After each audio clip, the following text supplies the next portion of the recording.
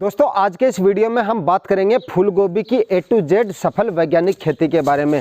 अगर आप वीडियो में बताए गए तरीके से या आधुनिक तरीके से अगर आप सही ढंग से फूल गोभी की खेती करते हैं तो मात्र 80 से 90 दिन के अंदर बहुत ही शानदार और अच्छा मुनाफा आप ले सकते हैं फूल गोभी की खेती करके। दोस्तों इस वीडियो में मैं आपको बताऊंगा फूल गोभी की खेती के आधुनिक तरीकों के बारे में, जिसके अनुसार अगर आप फूल गोभी की खेती करते हैं तो आपको अपनी फसल में बीमारियां बहुत ही कम देखने को मिलेगी, उत्पादन भी आपको बहुत ही शानदार मिलेगा और प्रॉफिट आपका काफी शानदार निकल के आएगा अगर आप बताए गए तरीके से फूल गोभी की खेती करते हैं तो। साथ ही दोस्तों इस वीडियो में हम नर्सरी प्रिपरेशन के बारे में भी बात करेंगे। बताए गए तरीके से अगर आप नर्सरी डालेंगे तो आपकी नर्सरी हेल्दी और स्वस्थ रहेगी, क्योंकि फूल गोभी की नर्सरी में ही बीमारियों का अटैक शुरू हो जाता है और उसके बाद में वो बीमारियां आपकी फसल तक भी पहुंच जाती हैं, जिसके बाद में आपकी फसल जो है वो काफी वीक और कमजोर हो जाती है, जिससे आपका उत्पादन जो है वो आपको उतना अच्छा नहीं मिलता जितना अच्छा मिलना चाहिए। साथ ही दोस्तों प्लांटेशन से लेकर A to Z जानकारियां फूल गोभी की खेती के बारे में आपको इस वीडियो में मिलने वाली है।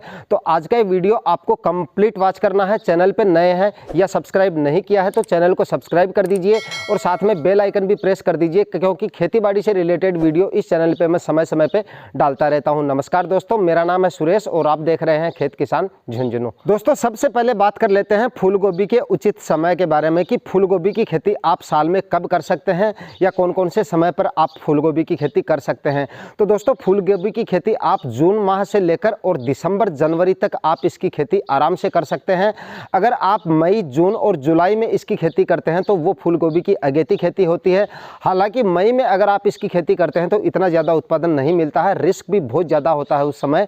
लेकिन अगर आप जून और जुलाई में इसकी खेती करते हैं तो इसके मंडी भाव जो हैं वो आपको काफ़ी शानदार मिल जाते हैं और अगस्त में भी अगर आपका प्लांटेशन हो जाता है फूल गोभी का तब भी आपको बहुत शानदार मंडी भाव मिल जाते हैं और उसके बाद में आप जनवरी तक जो है इसकी खेती कर सकते हैं। और दिसंबर और जनवरी माह में दोस्तों अगर आप फूल गोभी की खेती करते हैं तो उसका भी आपको मंडी भाव जो है वो काफ़ी अच्छा मिल जाता है।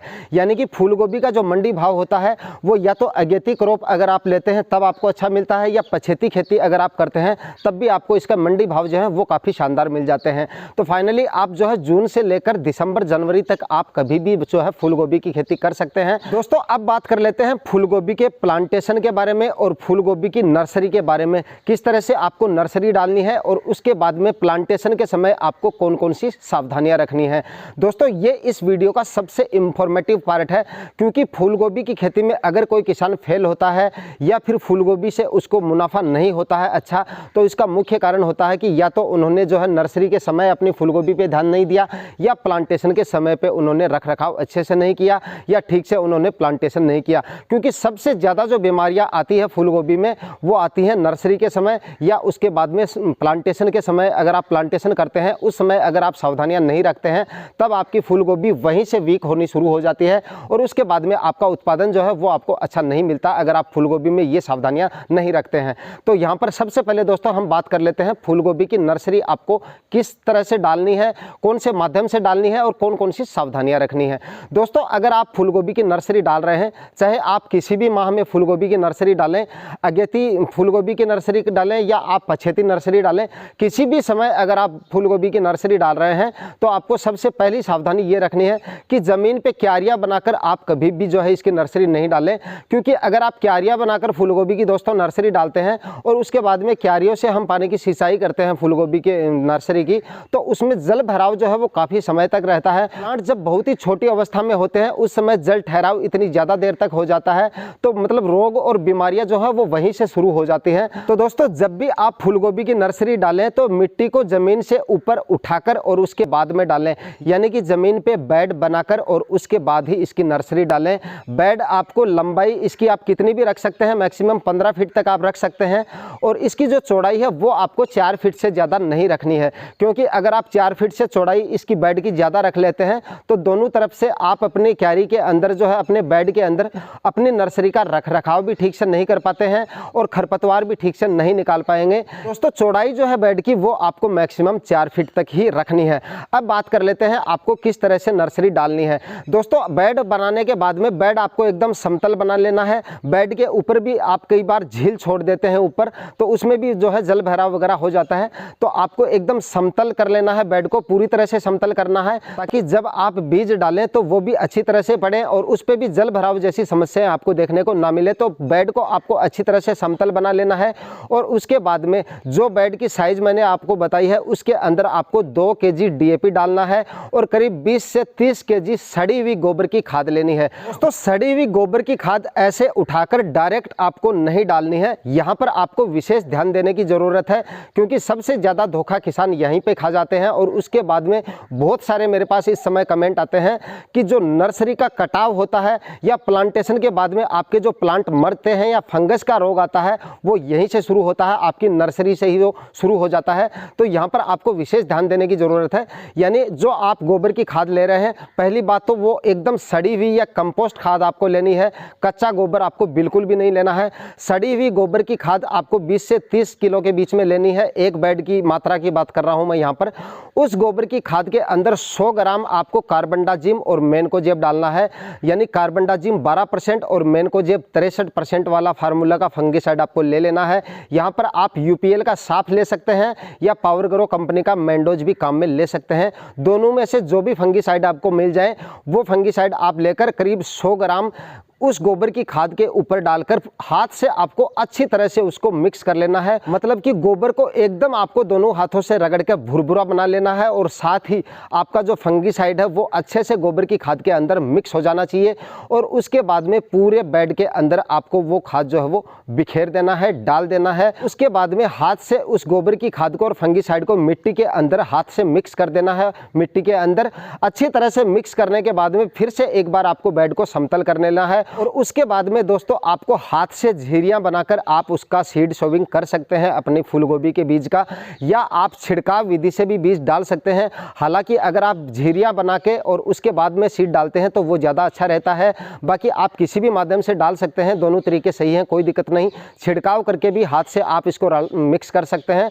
लेकिन एक चीज़ का आपको ध्यान रहे, बीज को मिट्टी के अंदर मिक्स करते समय ध्यान रखें कि ज़्यादा गहराई में आपका बीज नहीं जाना चाहिए। ज़्यादा गहरा बीज ज़्यादा नहीं जाना है, करीब 2 सेंटीमीटर तक ही गहराई में जाना चाहिए। यानी करीब 2 सेंटीमीटर की गहराई तक ही आपको बीज डालना है। इससे ज़्यादा गहराई में बीज को नहीं डालना है, वरना अंकुरण में भी आपको समस्या देखने को मिल सकती है। दोस्तों बीज डालने के बाद में बात आती है सिंचाई की। तो सिंचाई आपको तुरंत कर देनी है और सिंचाई में आप जो है झारे का प्रयोग कर सकते हैं या जो फुहारा आता है दूसरी टाइप का, जो बाथरूम वाला फुहारा होता है आपका देसी जुगाड़ में आपको बता दूं, उस फुहारे से भी आप सिंचाई कर सकते हो या अगर आपके पास झारा वगैरह है तो उससे भी आप सिंचाई कर सकते हैं। सिंचाई आपको सुबह के समय करनी है या शाम के समय करनी है। पहली सिंचाई जब आप नर्सरी डाल रहे हैं वो तो आप तुरंत किसी भी वक्त कर सकते हैं जब आप नर्सरी डाल रहे हैं।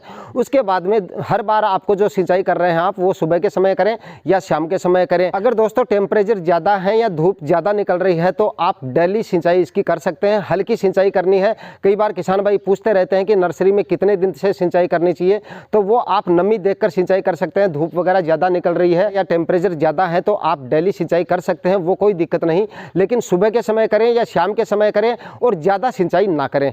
इस तरह से आपको सिंचाई करनी है। और उसके बाद में करीब आपकी नर्सरी 10 से 15 दिन की दोस्तों हो जाए तब आपको एक फंगिसाइड का स्प्रे और निकाल देना है। यहाँ पर आपको फंगिसाइड काम में लेना है, या तो आप मैनकोजेब काम में ले सकते हैं 75%, या आप कॉपर ऑक्सीक्लोराइड 50% भी काम में ले सकते हैं। इसका आप स्प्रे निकाल सकते हैं। दोस्तों अगर आपको अपनी फूलगोभी में फंगस का रोग अगर दिखाई दे रहा है तब आपको कॉपर ऑक्सीक्लोराइड के साथ में कासुगाइमासिन 5% में आता है, वो फंगिसाइड भी आपको और ऐड कर लेना है। तब आपको जो ये बीमारी जो आप देख रहे हैं फंगस वगैरह की, ये आपको बिल्कुल भी देखने को नहीं मिलेगी। दोस्तों अगर आपने नर्सरी डालते समय अपनी गोबर की खाद के अंदर कार्बनडाजिम और मैनकोजेब फंगिसाइड अगर मिक्स कर दिया है तो 99% तो आपको फंगस का रोग दिखाई नहीं देगा। अगर बाय द वे अगर आपकी खेत में फंगस का रोग ज़्यादा है या अटैक ज़्यादा है और दिखाई देने लगता है तो आप कॉपर ऑक्सीक्लोराइड का स्प्रे करें और साथ में कासुगाइमासिन जो है वो आप ज़रूर ऐड कर लें। और स्प्रे आपको इतना करना है, भरपूर मात्रा में करना है, यानी स्प्रे जो है पानी जो है स्प्रे का वो ज़मीन तक जड़ तक जाना चाहिए, क्योंकि उस समय आपके पत्ते तो इतने होते नहीं हैं नर्सरी पे। आप ऊपर से पत्तों पे स्प्रे कर देते हैं, जड़ तक वो नहीं जाता है, तब भी ये रोग जो है कंट्रोल नहीं होता है, क्योंकि जड़ गलन जो रोग होता है वो जड़ पे आता है और जड़ पे जब तक दवा नहीं जाएगी तब तक वो कंट्रोल नहीं होता है। तो इस तरह से आपको स्प्रे करना है, नर्सरी का रखरखाव करना है और इस तरह से आप नर्सरी डाल सकते हैं, जिससे कि आपकी नर्सरी पूरी तरह से हेल्दी और स्वस्थ रहेगी। अब बात कर लेते हैं दोस्तों प्लांटेशन की। दोस्तों अगर इस टॉपिक पर आपने थोड़ा सा फोकस कर लिया तो आपका प्लांटेशन जो है वो बहुत सही जाएगा, यानी कि एक भी प्लांट आपका खराब नहीं होगा, मरेगा भी नहीं, और जो प्लांट्स की ग्रोथ है वो भी काफ़ी अच्छी आपको देखने को मिलेगी। तो प्लांटेशन पे आपको कौन कौन सी सावधानियां रखनी है। प्लांटेशन से पहले थोड़ी सी हम बात कर लेते हैं ज़मीन की तैयारियों की, कि यहाँ पर अगर आप फूल गोभी का प्लांटेशन कर रहे हैं तो यहाँ पर आपको करीब 10 दिन पहले से ही आपको अपने खेत की तैयारियां जो है वो शुरू कर देनी है।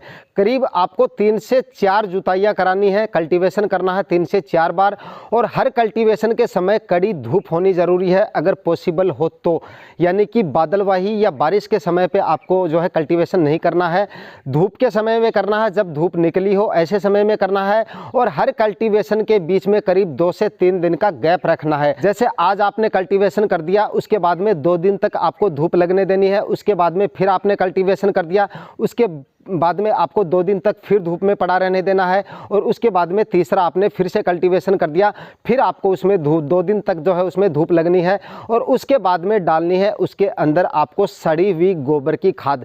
गोबर की खाद आप करीब एक कल्टीवेशन करने के पहले ही डाल सकते हैं या पहले कल्टीवेशन पे भी डाल सकते हैं, लेकिन जो बेसल डोज में आपको बताऊंगा वो आखिरी कल्टीवेशन से पहले डालने हैं। तो पहले आपको सड़ी हुई गोबर की खाद डाल लेनी है 5 से 6 ट्रॉली। दोस्तों अगर आप फूलगोभी की खेती कर रहे हो और अच्छा उत्पादन अगर लेने की सोच रहे हो तो गोबर की खाद आपको ज़रूर डालनी है, चाहे आपको खरीद कर डालनी पड़े। अगर आपको अच्छा प्रोडक्शन लेना है, गोभी की फसल से अच्छा मुनाफा लेना है, तो फूल गोभी में गोबर की खाद बहुत ज़्यादा ज़रूरी होती है। सड़ी हुई 5 से 6 ट्राली सड़ी हुई गोबर की खाद डालनी है, और उसके बाद में कल्टीवेशन करके आप 50 kg SSP डाल सकते हैं और 30 kg MOP पोटाश भी डाल सकते हैं। अगर आपको मिल जाती है तो 40 kg आप DAP भी जो है वो डाल सकते हैं। तीनों खादों का अच्छी तरह से मिश्रण तैयार करके और आखिरी कल्टीवेशन से पहले आप अपने खेत में डाल दें, और उसके बाद में आखिरी कल्टीवेशन करें।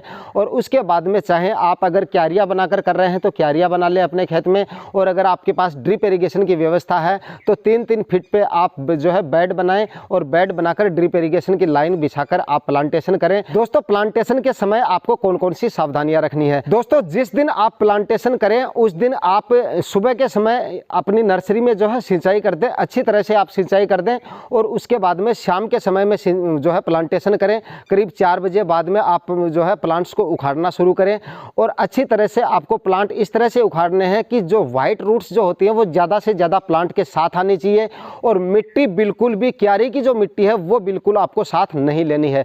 कुछ किसान भाई यहाँ पे बहुत बड़ी गलती कर देते हैं कि मिट्टी को साथ में लेने की कोशिश करते हैं ताकि जो है प्लांटेशन अच्छा लगे, कि पौधा जो है मुरझाए नहीं।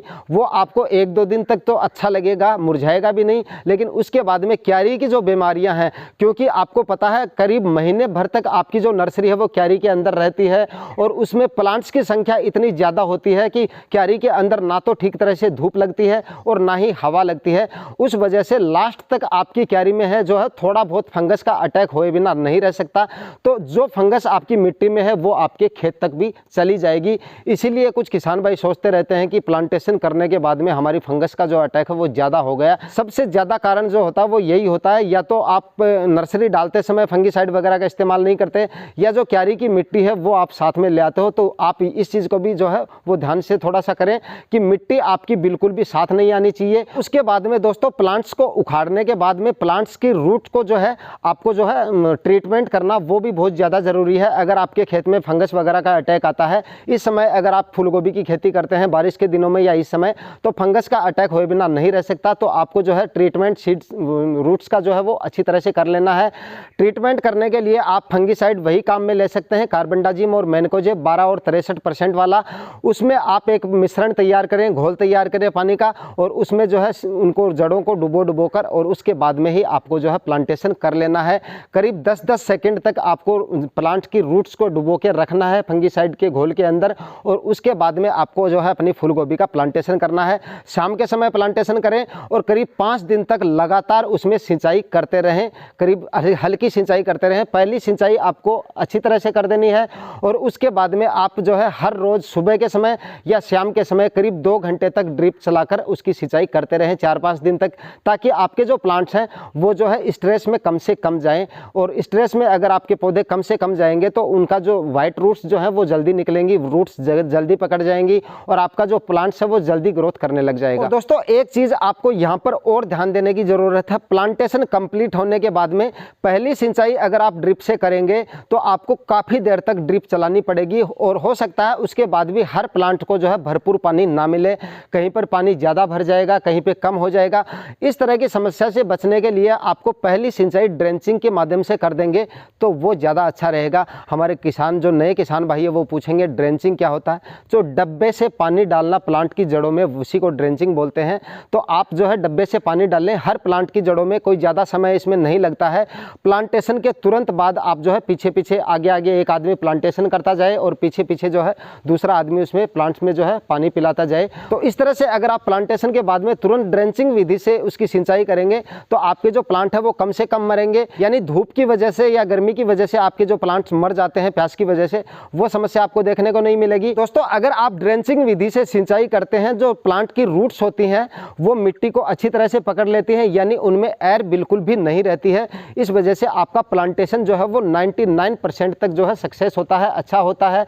प्लांट्स उसमें जो है आपके कम से कम मरते हुए आपको देखने को मिलेंगे। तो इस तरह से आप प्लांटेशन करें। बताई गई विधि से अगर दोस्तों आप प्लांटेशन करते हैं तो आपकी फूल गोभी में अच्छा उत्पादन लेने से आपको कोई नहीं रोक सकता। अच्छा उत्पादन आपको जरूर मिलेगा और आपकी फूल गोभी में कम से कम बीमारियां, जो जड़ गलन और तना सड़न जैसे रोग होते हैं, वो आपको कम से कम देखने को मिलेंगे। और उसके बाद में दोस्तों जब आपका प्लांटेशन कंप्लीट हो जाता है तो करीब 6 से 7 दिन बाद में, प्लांटेशन होने के 6 से 7 दिन बाद जब आपकी फूल गोभी जो है उसमें हार्डनेस आना शुरू हो जाए, थोड़ी कड़क हो जाए, यानी वो जड़ अच्छी तरह से पकड़ ले, फूट करना शुरू कर दे, उस समय आपको एक ड्रेंचिंग और कर देना है फंगीसाइड का। यहाँ पर भी आपको कॉपर ऑक्सीक्लोराइड 50% लेना है। इस फंगीसाइड का एक ड्रेंचिंग आपको और कर देना है। 40 ग्राम प्रति 15 लीटर स्प्रे टैंक के हिसाब से ये फंगीसाइड लेना है और उसी स्प्रे मशीन से आप जो है इसका ड्रेंचिंग कर सकते हैं। कॉपर ऑक्सीक्लोराइड 50% का आपने जो पानी के साथ घोल बनाया है उसकी मात्रा की यहाँ पे अगर हम बात करें तो करीब 100 ग्राम प्रत्येक प्लांट की जड़ों में आपको उसका ड्रेंचिंग कर देना है।